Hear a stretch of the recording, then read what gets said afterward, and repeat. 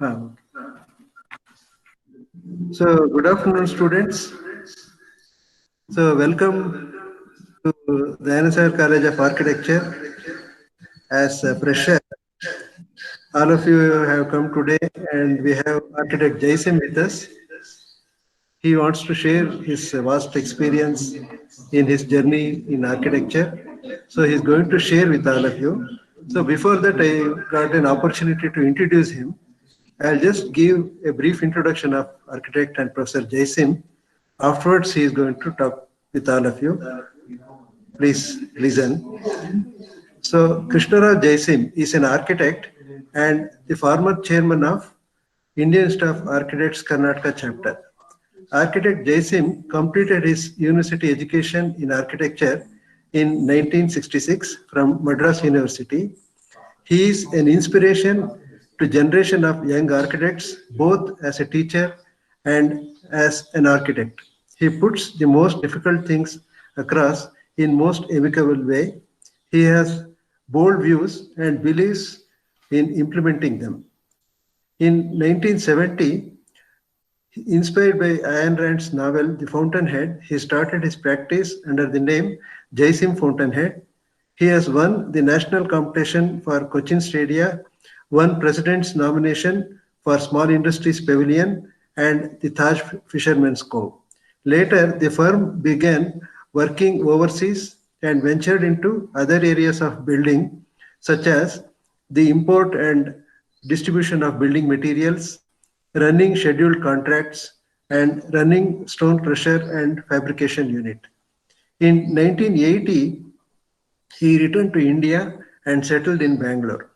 His work has been featured in New York Times, The Hindu, the Times of India, the Deccan Herald, and on HGTV. He has won many awards and positions. Just I want to put few, otherwise that itself will take a lot of time. Chairman's Award, one of the prestigious awards. Only two other have received this before. Civil Award for construction by an architect to civil and structural engineer in the built environment for innovative practices. JK Award, Architect of the Year 1992. Outstanding contribution to the interior architecture, Durain Society of Interior Designs Award 2004. International Gold Star Millennium Award 2007. International Conference on Indo-Nepal Friendship and Economic Cooperation at Kathmandu. Lifetime Achievement Award 2007 for outstanding performance in the field of architecture awarded by PIA.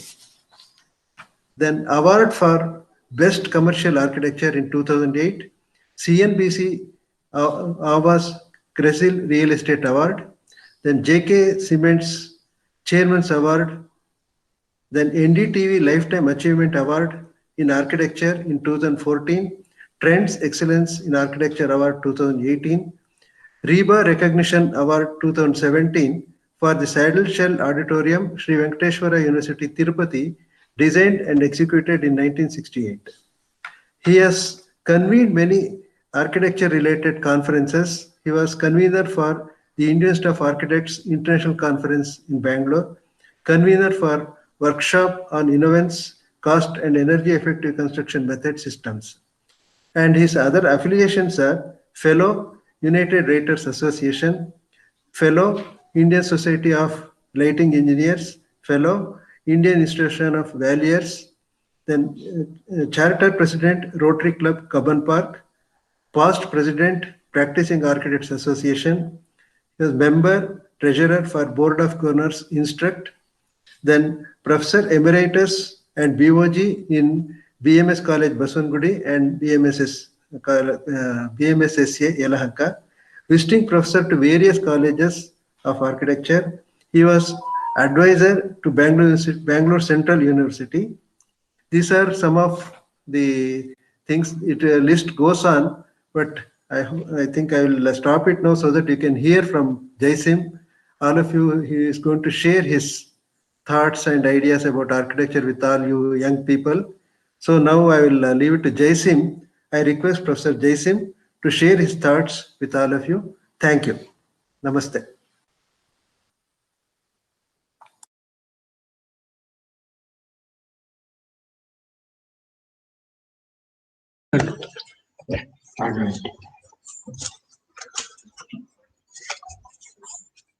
Namaskar. I hope all of you can hear me. Thank you very much, Dagji, for this very fascinating introduction. I must thank Professor Rama for having invited me to talk to you young spirits. I thank our artist here, Bhaskar, Sharad, and Chetan for coordinating and putting all of this together here. I may have done more than 2,000 presentations. That's what he said. But when you talk to young aspiring, wanting to be architects, I won't use the word frightened, I get very challenged. It goes into an aspiration of thinking, you'll see the young minds around you. And especially at this time, where I'm not able to see you and react to you one-to-one, but have to imagine your young faces and young eyes looking at me or hearing me and sensing me. I reflect a lot. Yes, I must now convey many ideas of what I have believed in, I've trusted in, and have endorsed. The only thing that I requested Dr. Rama was that I will not be making any presentations of my projects. You may ask me why. To the question of why, I'll give you a very simple answer. You are young, you're fresh, you're coming from various backgrounds. Being the first person from architecture in the profession of your college to put in front of you some images would be not right to influence your thought process. It would end up talking about myself, about my projects and my beliefs in architecture. And this is the way I express it. Here, I want to address you young ones in a spirit that you will come up with your imagery, with your way of expression, with your way of designing. This is all that I'm going to talk to you and attempt to talk to you. Because a very great architect long ago, whom I had a chance to meet maybe 30, 40 years back or something, when I asked him, what is architecture? He just looked at me. I said, sir, I asked you a question. He still just looked at me. It was silent. Then after some time, when I still went on looking at him, he said, in that pause and in this silence, what did you sense? That is architecture. That's part of architecture. The environment that's around you at that time is architecture. Now, I welcome you all. I was told that almost 70 plus students have joined this fascinating Dayanand Sagar College of Architecture, which I had the privilege, along with the senior Dayanand Sagar, to be part of the starting person way back in 90s when I knew him from 80s. It is an honor. I used to take some classes for the engineering students for architecture then. That's how the student of architecture, School of Architecture got initiated. The COVID-19 has given me a pass from that time to this time to talk to you on technology, which I'm not very good at. Especially the technology, Wi-Fi and this, we've been working it out. We have a great artist with me who talks about art. I'm not a great artist either. I love sketching, I love painting, but I don't make great art. Then what is it that I do? What is it that you as architects should learn to do? I will go about as you start from various disciplines in various schools you people have come. It becomes very challenging to talk to you on this. In my 6 decades, the reflections and responses have been, especially in the subcontinent, have been very challenging. One of the main things that was taught to me as an architect in my school was how to be different without being different. I said, this looks contradictory, doesn't make sense. Here I will tell you a little about how I look at architecture, how I'm taught to look at architecture. When you go to your professional college, you see engineers, doctors, lawyers, auditors. But the moment you see an engineer or a doctor or a lawyer or an auditor, you go into their classes, go and meet them, discuss with them, you will find something very definite, very designed and definite. They have their fundamentals very settled and very fastened. Their only method of expression, a method of understanding the depth of their profession, makes them exclusive. Otherwise, they're in very heavy disciplines. Same with the lawyer, same with an auditor, same with the doctors. They can branch into small parts like the doctor, but within the branched portion, he's stuck there. He may not like the word stuck, but he's disciplined there. Whereas in the world of architecture, just imagine, as I started telling in the beginning, who are you? I won't ask any of you, why did you join? But who are you? Because when you walk into a building, you walk into an environment of built spaces. Somebody built it, not the architect. It is not the architect who built it. Somebody put the structure. It is not the architect who put the structure. The acoustics is beautiful. I didn't do the acoustics. The climate inside the house is very nice. Outside is cold inside. I wish I could turn this thing around to show you the beautiful pictures surroundings that I'm sitting in the middle of, thanks to those people putting here. Absolutely green in this cottage of mine. But did I put one brick of this? Did I put 1 foot of my flooring? Did I put 1 foot of the fascinating background that I have behind me? I didn't. Did I even make one sketch of it? No. I had young architects or young artists and young draftsmen who did all this. This is why sometimes very young architects and their parents talk to us and we ask them, why do you want to do architecture? The challenge comes that we create. We are the only hard professionals who create, which means we make something which was not there. That's amazing. What do you mean it was not there? It was not there. Some people ask me, sir, can you explain this? I want you youngsters to understand this, because I'm going to keep pressing on one very hard definition to you. Architecture in this subcontinent is a huge future.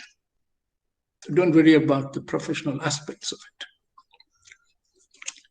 One more thing, there is the huge, till now, there was a big divide between urban and rural.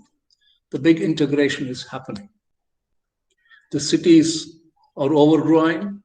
The villages are becoming urbanized. There's a huge confluence of people moving in and out. All these are challenges you young people can take. Now, there is another part of the challenge that comes on. What is this environment that architects are involved in? Because IT people use the word architecture. Many people use the word architecture, except architects. As I said earlier, everybody can build. We are the only fellows who don't build but get it done. Now, I'll shift you on to another point here. What are we? Many people challenge me sometimes when I walk around my beautiful space. So we humans are interfering with nature. I just smile. I see the birds, I see the butterflies, I see the ant, I see the stone, I see the deer, sometimes leopards come right next to me here, the wildlife, everything. Wouldn't the world have been better without architects, without human beings? I said, without human being, the world does not exist. Now go one more step. Every animal, every bird, every creature other than the human being lives and works and disciplines within its category, within its defined principles of life. Whereas the human being is a thinker. The mind must work. And of all the architect has to think the most. Many people ask me, so it looks an easy profession, especially when you join a first semester. I want you to enjoy the first semester. It'll look like it's a kindergarten space.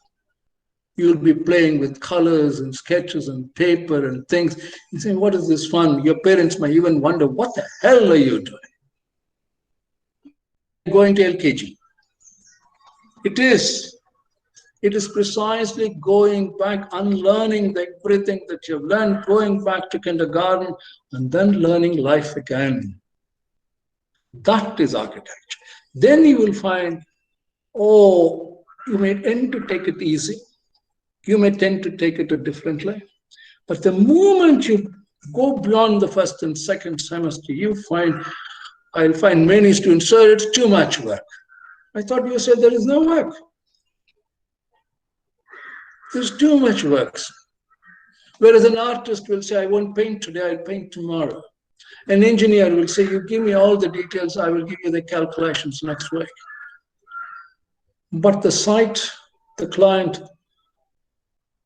the contractor, they're all there. You have to give the solutions now. Now, why I'm going to say this again and again and again, you will find your professors and your teachers coming and where is your submission? I don't like the word submission. I prefer the word presentation. When are you giving it? When are you submitting your, for the lack of words, I'll put it together. When are you giving me your design principles? When are you telling me what are your answers to this particular project, which the professor has given to you? Oh, I've not yet done it. No, you can't tell your client you can't do it. You can't tell the site, the contractor, the supplier, you can't do it. You, at that time, are the most disciplined of professions. Whereas I have to wait for my structural engineer to give me details, which means I have to be after him. I have to be after my acoustic fellow to give me acoustic details. And how do I know both of them match? How do I know both of them will integrate? Integration of all the lives of human beings and all the birds. Now the crow is also starting going around, is an architectural journey. What I want to tell you again, and many people ask me, so is 5 years long? Now I'm going to open up another small thing for you on this land from what I've learned from the past. The first year or the first two semesters is playing and getting involved into the team. Now, once you're in the team, you will find, unlike other professions, you're alone and not alone. And then the second and third year, as you go out fourth and fifth and third and fourth and fifth and sixth thing, you have to learn your tools of expression for somebody else to understand. So you start looking at, from the first and second semester, what is the type of tool you would like to express. And this is perhaps the only other profession that each of you need not use the same tool. Every one of you could be very independent of your way of expression. All you have to do is be able to communicate. Now I've come up with one of the hardest words in the English language, communicate, which means what was in your head, through your body, through your talk, through your sketches, through your models, through your things, or through somebody else putting together for you, assisting you. You must be able to express it so that that can become from virtuality to reality. Remember that. Somebody long ago when I was in RBA, John Allen was there with me walking around. We were doing a project. Then we came back to Bangalore. We were talking about it. We were starting another project. Smilingly asked, listen, where is this project? I knew what he would ask. I said, what should we do? Let's go to the site. So we went to the site. That is why your professors will take you to many parts. Many parts. You'll say, oh, what a bore, what a... No. You will visit very historical places, other architects and other places, other spaces. Then when I walk into the site, lots of things happening around. He moved away. I just walked, there was nobody there at the moment. Then somebody was cleaning, saw the neighbor, saw this. I spent almost an hour. That site started talking to me, communicating to me, the neighbors, the background, the soil, the air, where it was located, the climate, the weather, what were the disturbances and what were the advances, what were the pluses, what were the minuses, what was the road width, what happened, what happened, traffic in front, what does the neighbor do? Then the neighboring buildings started talking to me. Or when I design my building or when I design my space, I must be careful that I don't see into his bathroom or that he doesn't see into my bathroom or he doesn't see into my terrace. The site becomes crucial. It starts talking to you. That becomes another expression. That becomes another way of looking at yourself. Because the client has only, you will say, oh, the client knows. This is where we are making a big thing in India. Problem is the contractor and the builder come, oh, he wants a 2-bedroom house, a 3-bedroom, and they just put things together. And yes, it looks beautiful in the plan. But the moment you read it in context of what is around, it collapses. There the architect steps in. Instead of collapsing, it becomes a phenomenal journey. Here I'll give you a small example so that it will be in your head as an abstraction. I know I should have shown pictures, and I don't want to show the pictures. A decade ago, I went on a journey with a client to the mountains of the south. Suddenly he stopped. Said, this is where I want you to build my cottage. His wife was also there. His children were also there. He stopped his life and then asked me.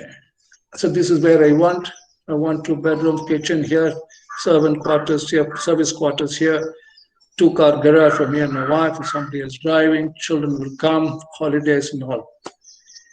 He just showed me the site. Then I went to the site and climbed the hill. I said, and when I climbed the hill, there was a fascinating valley on the other side, which was the east and the sun. Luckily for me, the sun was up there rising. I said, can you come up here? He said, yes. I said, you want the house there when the sun is calling you up on the hillock, coming on top of the mountain up here. Yes, sir, we thought about it, but my contractor said it's very difficult to build there, how to build it. Then I looked around the other side. There was another lake on the body up there. It was fascinating. Whereas in your college, what would you be taught? Kitchen there, service quarters there, then dining next to the kitchen. No. In this particular project, which is only one of them actually, the kitchen was somewhere near the service space, but the dining wall was almost 50 meters away. He said, what sort of a stupidity is this? I said, when I sit and have my breakfast or lunch or dinner with somebody, I want to view the sunrise and the sunset and beautiful and enjoy the meal. The food can come. The bar can come. The kitchen will service. Whereas this is where you look at it the other way, you don't want it out there unless you're cooking yourself and want to see the view somewhere there. Where the service for the kitchen from the other side. That is why most of the aspects, when you start looking at it very seriously, you will find something very fascinating happens. I'm just giving you one example. Many times you'll find this come. Then they'll say, I have guests. How long will they stay with you? How close are they with you? Do they want to enjoy the space they've come to see, or just walk away, or just meet you for business? That depends on who the guest is. Children come, they have to play. Is it a tea garden? Is it a coffee garden? Is it an eucalyptus garden? Or is it a forest?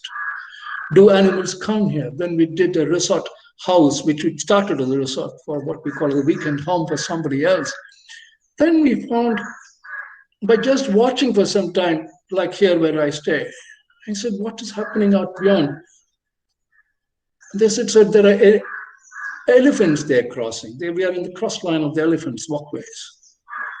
I said, looked at the client and said, don't you mind if I interfere with you? He looked at me and said, what do you mean? I said, let's make a lake. He said, what? I said, please, let's make a lake. They looked at me and said, anyway, we need water for garden, we'll make the lake. I said, then we won't make the house there, we'll make the lake, we'll make your cottage just above the lake here. He said, what? He said, but you're mad, you're putting it in the path of the elephants that have come. So the elephants will more come to you now. They'll come to drink water, and if they drink water, they'll be so happy, they'll come up to your cottage, literally bless you and go. And believe it or not, we built the structure in such a way. One day, Rama may show you the structures. If she's got it, Jagdish should show you the structures.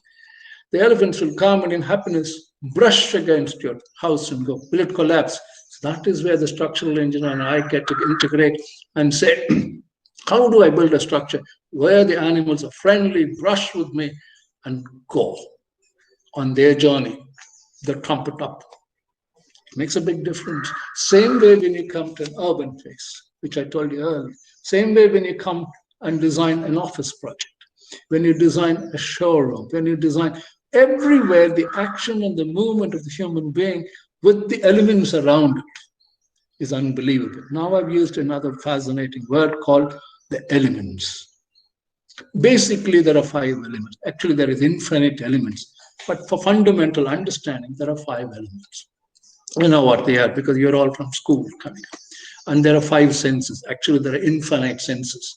But the 5 senses and the 5 elements are the fundamentals that keep making it go up and down. When these 5 elements and the 5 senses integrate with all its subtleties, it's like the rainbow. You only see 7 colors, but actually it's an infinity of colors. Same way nature plays with you. That nature is what I'm going to put you on and say, when you design, play with nature, but play with a fascinating thing that generations have given to you. Playing is a sense of art, but when you play to create, you need technology. Technology must now fuse with your art to make that happen. Very often, you will find when you are in second sense or when you go to and present something to your professors, now don't worry about it. You must now understand what were the reasons for the rejections. Then you must also ask them what are the plus points that you have. Here I can give you a small example, which you will face. It happened to me in my, I think, 3rd semester or 4th semester, I'm not sure, 2nd or 4th semester. It was during the Ganesha Puja time, which I usually like repeating this particular, because the professor of design we had was an extremely strict British professor. The lady was really tough, Sheila Tribe. If she says 9 o'clock presentation, 9 o'clock presentation, Tuesday 27th, Tuesday 10th, no 10 minutes this way. Your design must be brought in and locked. That's it. That's because she says that is the discipline you must learn in your architectural expression when you go onto the site and build. Now, I'll come to another aspect much later. What happened at this time was, after the Ganesha Puja, I was thinking and thinking, I didn't know what to do. My mother gave me a Ganesha, clay Ganesha, and said, throw it in the well. I looked at Ganesha. It was a fascinating abstraction. It's like our Shiva dance. The Ganesha is another abstract. This is the great thing about Indian gods. the artwork is fascinating. If you start studying it, it has no sense. But in that no sense, every sense is available. The Ganesha sitting on something, he writing on something, on the rack, moving around with him, fascinating. I crushed the Ganesha, made it into beautiful clay pieces. Then overnight and working together, created my design. I put it on a plate because I didn't know how to sketch it. I didn't know how to express it. So I went somehow quietly, smuggled it into my class, put it in my drawer desk. We used to have big desks, and kept quiet, hoping she will never ask. Because first thing, said, where are all your drawings? All of them, pinned it, put it together. I thought she would run out of time and go away. She went round, finished off. Then all this, some of the boys, the girls had seen what I had put. Madam, you have not seen one person yet. Where is he? He's always behind you, madam, hiding. She looked at me and said, you're Joyson? I said, yes. Where is your design? I literally was crying. I didn't know because she could expel me from college. I just looked at it. Someone said, madam, it's there in the drawer. Took it out. I pulled it out. I put it on my table. She said, explain. He never showed any emotion. I walked her around the entire, it was a zoo, walking zoo, walked around everything. Even then, all the boys started giggling. Fine. She looked at me and said, after class, come and see me. It's too strict. So after class, I thought I'll run away.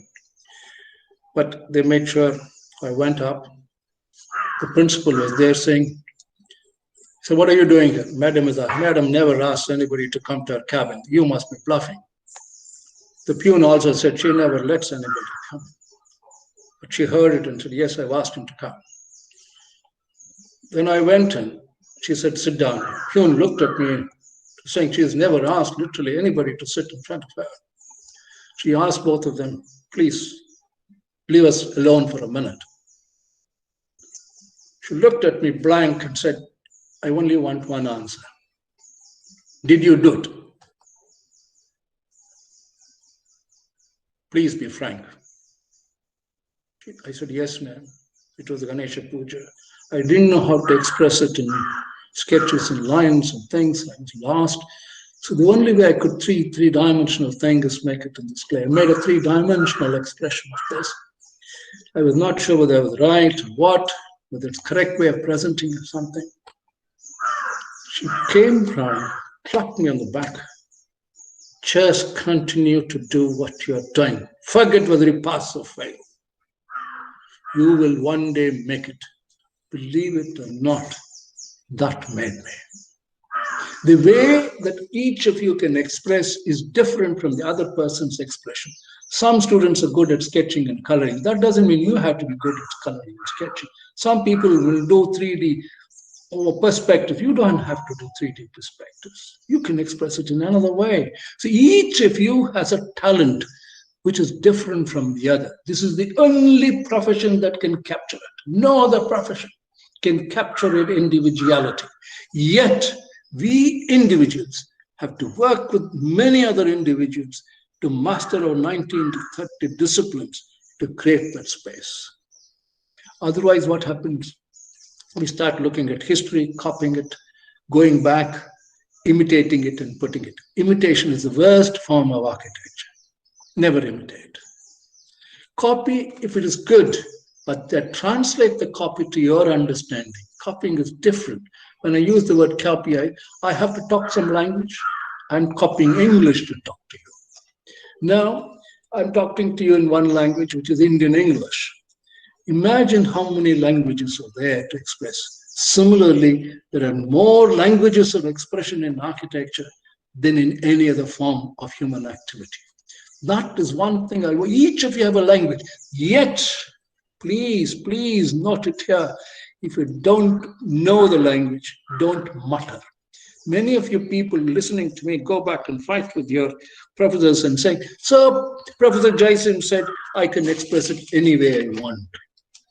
You may have 26 letters in the English language, but you put A, B, C, D, E, F, G up to Z, it doesn't make any sense.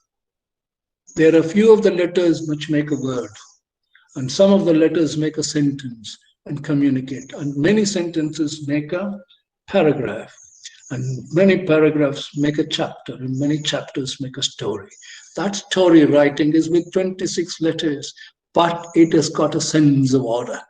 And the 26 letters can be written and written in billion ways to express many thoughts. That is architecture. You have more than 26.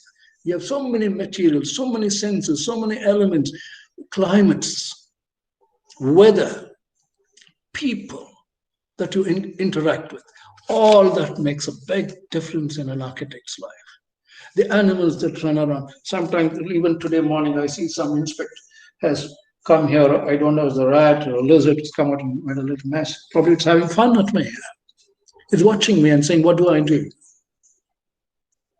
How do I react to it?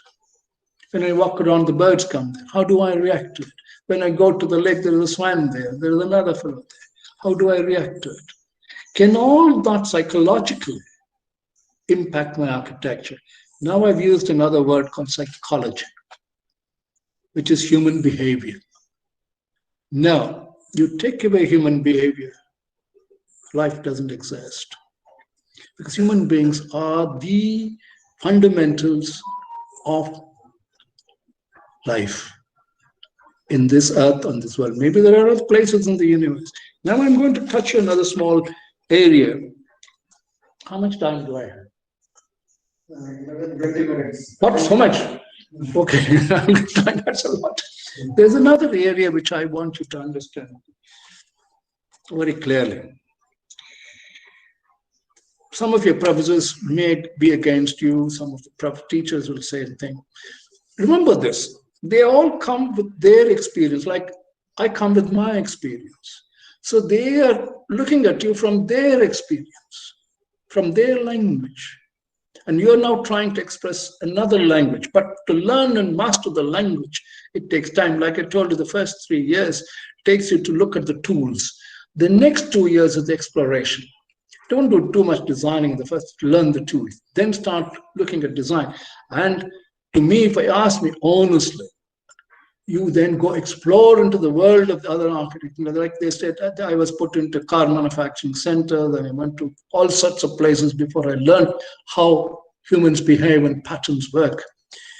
Many of these change your way of looking at things. And when you go through all these processes, maybe 6 years, 7 years outside on the field, you don't necessarily have to practice architecture as an architect practices. This is the only profession that can go into any other profession. We are the only people who can do it. When I go to an IT thing, I find hundreds of architects working. When I go to design a person, where I go into, the other day I walked into a beautiful dress designer. I was surprised to see you as an architect. Then I went to another huge builder. You're the gold medalist I met earlier. Then I went into another place for a farmhouse. He's a farmer. And because of his architectural background, he was a phenomenal farmer. He knew what to grow where, what sort of terraces to do.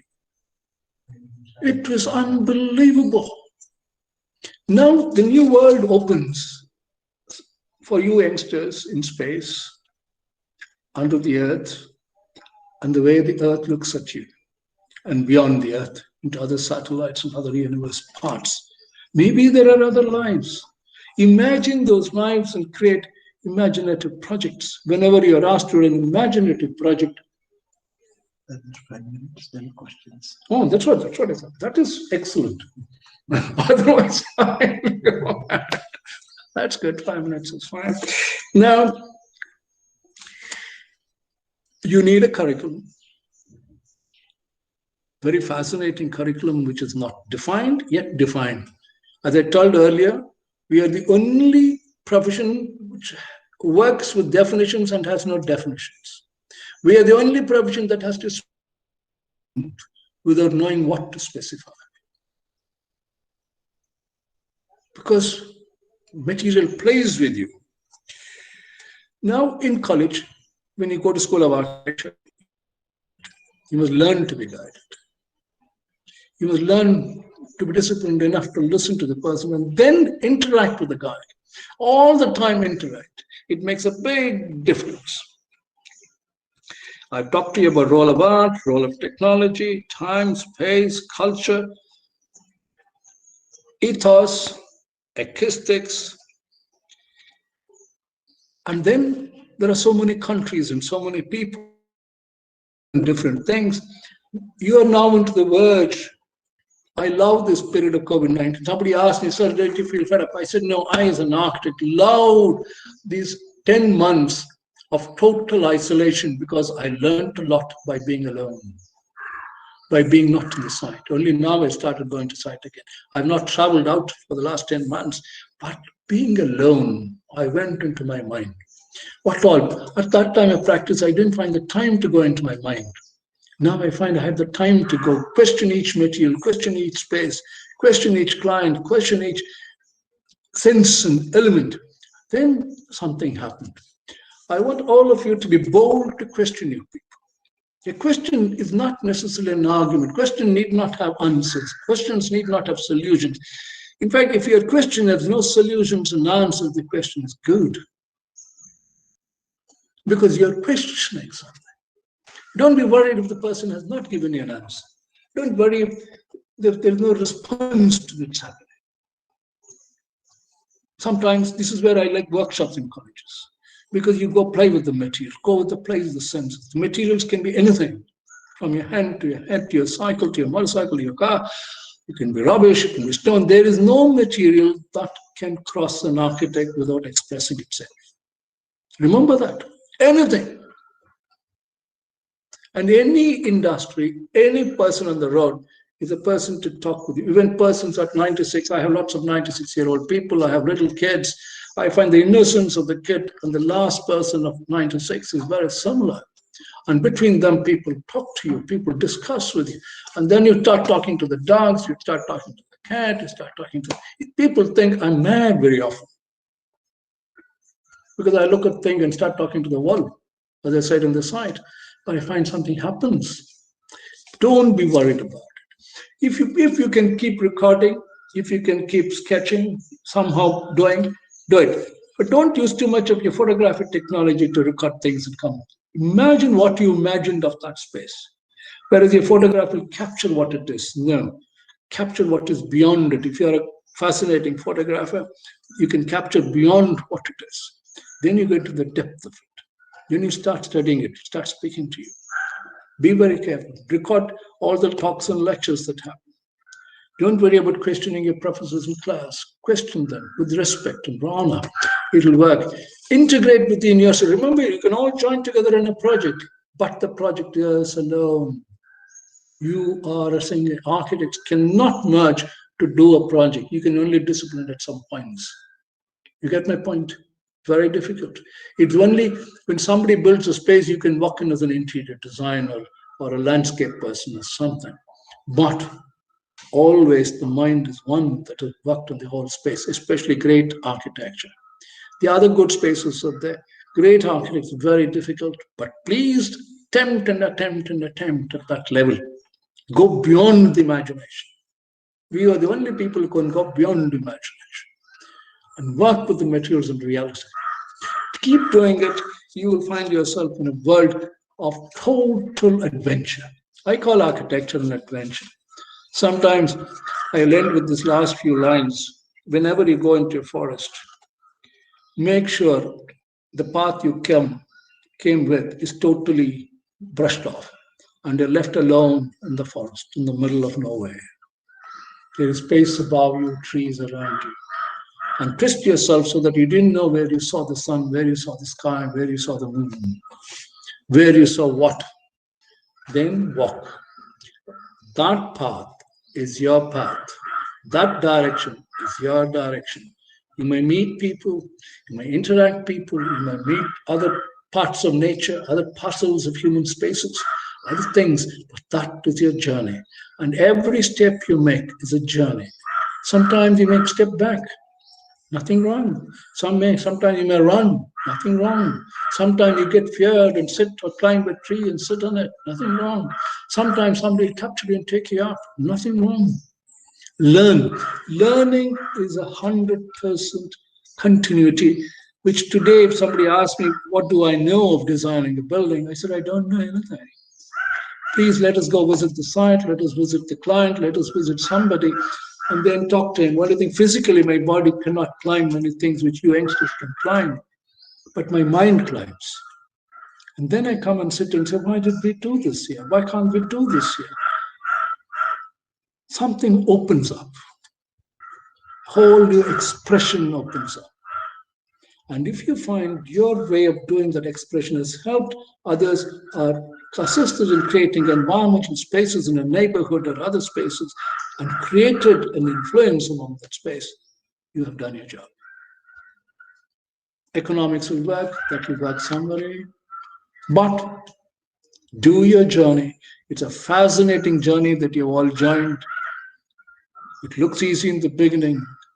It'll be difficult. Always when you find a difficult and an easy challenge in front of you, take the difficult one. You will find you'll enjoy it. Oh, when you see that you've got the answer, don't do that. Take the one, the answer was not visible. The answer was not evident. Why was it not evident? Attack it, attack it, attack it. You will find you'll love it. With this, I now open myself to if you have any small questions and things, because as Raman knows that I keep talking, I'll go on for a whole week talking. I got into my mind, I don't know what's happening. I don't know what I had for morning. I don't know what I'm going to have in the evening. It's an adventure between morning and evening. It's a continuation of a journey. Thank you very much, all of you here. I now go ahead.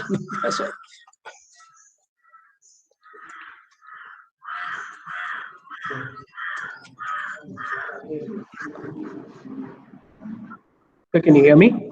Yeah, I can hear you. Yeah. So we've curated a few questions which are commonly heard from the students. So I'm just going to put it out over here so that the students can get their answers. So one thing we have commonly heard is are students asking how life as an architect pans out after the 5 years in college. Good question. I touched upon it in the beginning, somewhere in the middle. 5 years is just a small journey of an art, first 3 years and the next 2 years. You don't enter into architecture till the end of your life. Please, if there are 26 letters to learn from a million languages after all these years, with humility or with great happiness, I would say, I have learned A, maximum touch the leg of B. You get me? So after you finish your 5 years, do not do practice. Do not even go to your PhD or master. Get out into the world. Get out and go around and see what takes you on, what admires you, what you admire. Go for the journey for 1 or 2 years.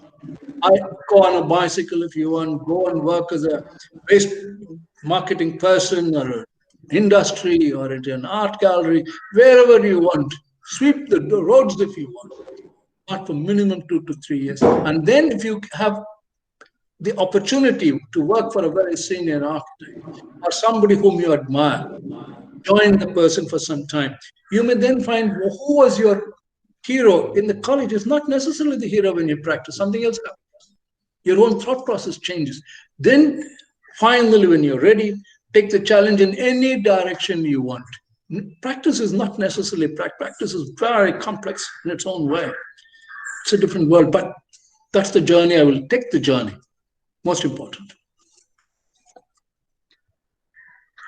Another question that we have here, sir.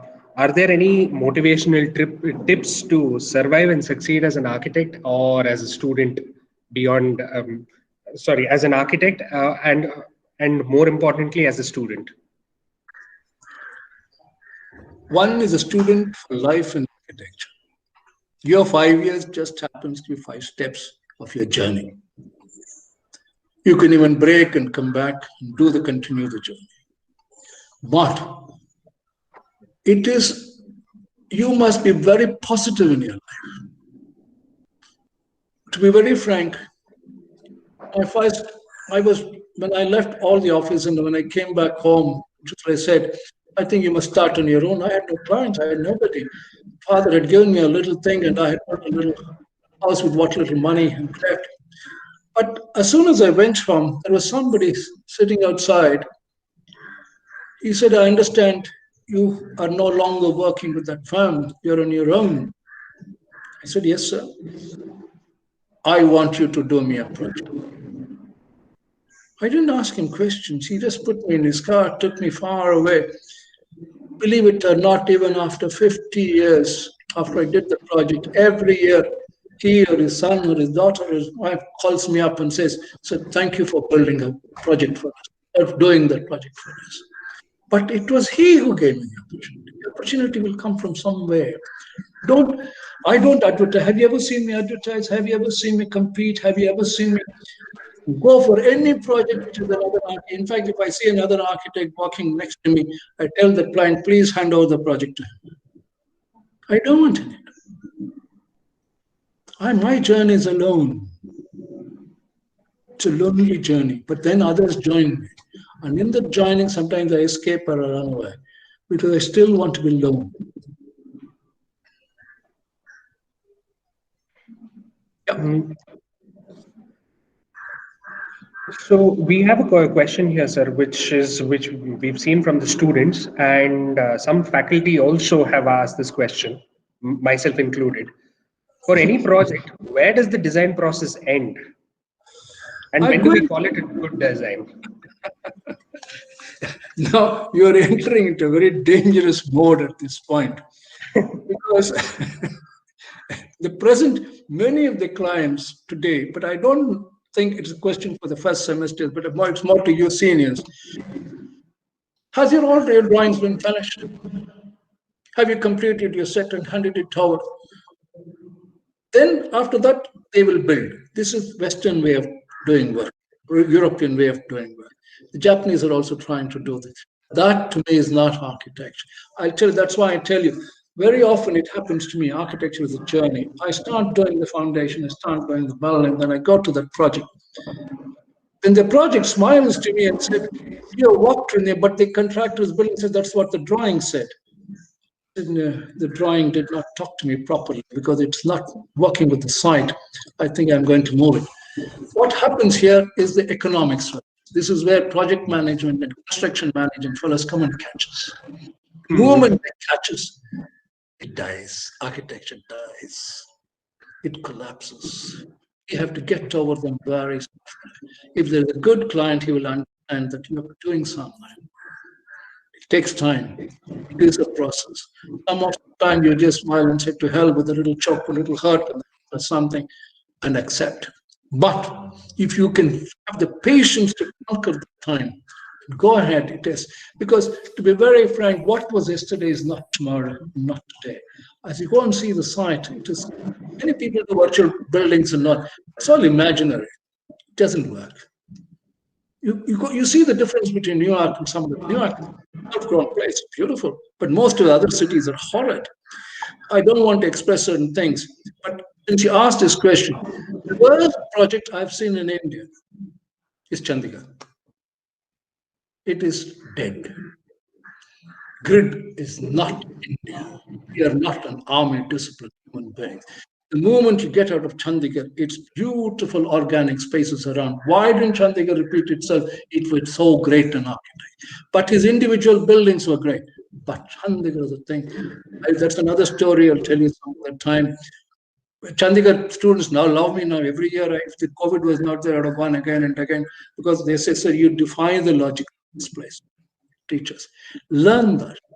We subcontinent people are extremely organic in our thinking. Two mango trees are not identical, yet they're mango trees. Two apple trees are identical. No, they are apple trees. Two deers are two deers. They're not. And yet they're within a particular discipline. Whereas the human being is a totally different, fascinating discipline of a journey. Get me?